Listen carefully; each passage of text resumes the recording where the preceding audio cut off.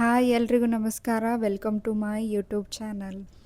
ಇವತ್ತಿನ ರೆಸಿಪಿ ಬಂದುಬಿಟ್ಟು ಕೆಂಪು ಮೆಣಸಿನ್ಕಾಯಿ ಚಟ್ನಿ ಯಾವ ರೀತಿ ಮಾಡೋದಂತ ಹೇಳಿ ನೋಡೋಣ ಬನ್ನಿ. ಉತ್ತರ ಕರ್ನಾಟಕದ ಸ್ಪೆಷಲ್ ಕೆಂಪು ಚಟ್ನಿ ಇದು. ರೊಟ್ಟಿ ಜೊತೆನೂ ಸೂಪರ್ ಹಾಗೂ ಚಪಾತಿ ಜೊತೆನೂ ಸೂಪರ್. ನಾನು ಇಲ್ಲಿ ಫಸ್ಟಿಗೆ ಸ್ವಲ್ಪ ಎಣ್ಣೆನ ಹಾಕ್ಕೊಂಡು ಹುರಿತಾ ಇದ್ದೀನಿ. ನೀವು ಇದೇ ರೀತಿ ಹುರ್ಕೊಳ್ಳಿ. ಹುರಿದಾದ್ಮೇಲೆ ಈ ರೀತಿ ನೀರನ್ನು ಸಿಂಪಡಿಸಿ 2 ನಿಮಿಷ ಪ್ಲೇಟ್ ಮುಚ್ಚಿ ಇಡಿ. ಮೆಣಸಿನ್ಕಾಯಿ ಚಟ್ನಿ ಮಾಡೋದಕ್ಕೆ ಬೇಕಾಗಿರೋ ಸಾಮಗ್ರಿಗಳು ಇವು. ಈಗ ಮಿಕ್ಸಿ ಜಾರ್ಗೆ ಮೆಣಸಿನ್ಕಾಯನ್ನ ಹಾಕ್ಕೊಂಡು ಅದಕ್ಕೆ ಸ್ವಲ್ಪ ಜೀರಿಗೆ, ಬೆಳ್ಳುಳ್ಳಿ, ಹಾಗೆ ಕರಿಬೇವು, ಸ್ವಲ್ಪ ಕೊತ್ತಂಬರಿ, ರುಚಿಗೆ ತಕ್ಕಷ್ಟು ಉಪ್ಪು, ಹಾಗೆ ಅರ್ಧ ಲಿಂಬೆಹಣ್ಣನ್ನು ಹಿಂಡಬೇಕು. ಹಾಗೆ ಸ್ವಲ್ಪ ಬೆಲ್ಲವನ್ನು ಹಾಕ್ಕೊಂಡು ನೀರು ಹಾಕ್ದೇನೆ ಈ ರೀತಿ ಸ್ಮೂತಾಗಿ ಪೇಸ್ಟ್ ಮಾಡಿಕೊಂಡ್ರೆ ಮುಗೀತು. ಕೆಂಪು ಮೆಣಸಿನ್ಕಾಯಿ ಚಟ್ನಿ ರೆಡಿ ಆಗುತ್ತೆ. ಚಟ್ನಿ ಏನೋ ಮಾಡಿಬಿಟ್ವಿ, ಅದ್ರ ಜೊತೆ ರೊಟ್ಟಿ ಬೇಕಲ್ವಾ.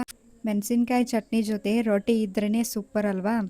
ಬಿಸಿ ಬಿಸಿ ರೊಟ್ಟಿ ಹಾಗೆ ಕೆಂಪು ಚಟ್ನಿ ಸ್ವಲ್ಪ ಎಣ್ಣೆನ ಹಾಕ್ಕೊಂಡು ತಿಂತಾಯಿದ್ರೆ ಮಸ್ತಾಗಿ ಹತ್ತುತ್ತೆ. ನೀವು ಮನೇಲಿ ಟ್ರೈ ಮಾಡಿ. ಹಾಗೆ ಹೇಗಾಗಿತ್ತು ಅಂತ ಹೇಳಿ ನನಗೆ ಕಮೆಂಟ್ ಕೂಡ ಮಾಡಿ.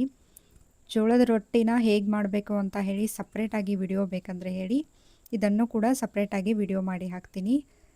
ಸ್ವಲ್ಪ ಬಿಸಿನೀರನ್ನ ಹಾಕ್ಕೊಂಡು ಜೋಳದ ಹಿಟ್ಟಲ್ಲಿ ಮೆತ್ತಗೆ ನಾದ್ಕೊಂಡು ಈ ರೀತಿ ತಡ್ತಾ ಬನ್ನಿ. ಆಮೇಲೆ ನೀರನ್ನು ಹಚ್ಚಿಬಿಟ್ಟು ಈ ರೀತಿ ಬೇಯಿಸಿದರೆ ಮುಗೀತು. ರೊಟ್ಟಿ ರೆಡಿ ಆಯಿತು. ಎಲ್ರಿಗೂ ಈ ವಿಡಿಯೋ ಇಷ್ಟ ಆಗಿದ್ದರೆ ಲೈಕ್ ಮಾಡಿ, ಶೇರ್ ಮಾಡಿ, ಸಬ್ಸ್ಕ್ರೈಬ್ ಮಾಡೋದನ್ನು ಮರಿಬೇಡಿ. ಮತ್ತೆ ಮುಂದಿನ ವಿಡಿಯೋದಲ್ಲಿ ಹೊಸ ರೆಸಿಪಿಯೊಂದಿಗೆ ಸಿಗೋಣ. ಅಲ್ಲಿ ತನಕ ಬಾಯ್.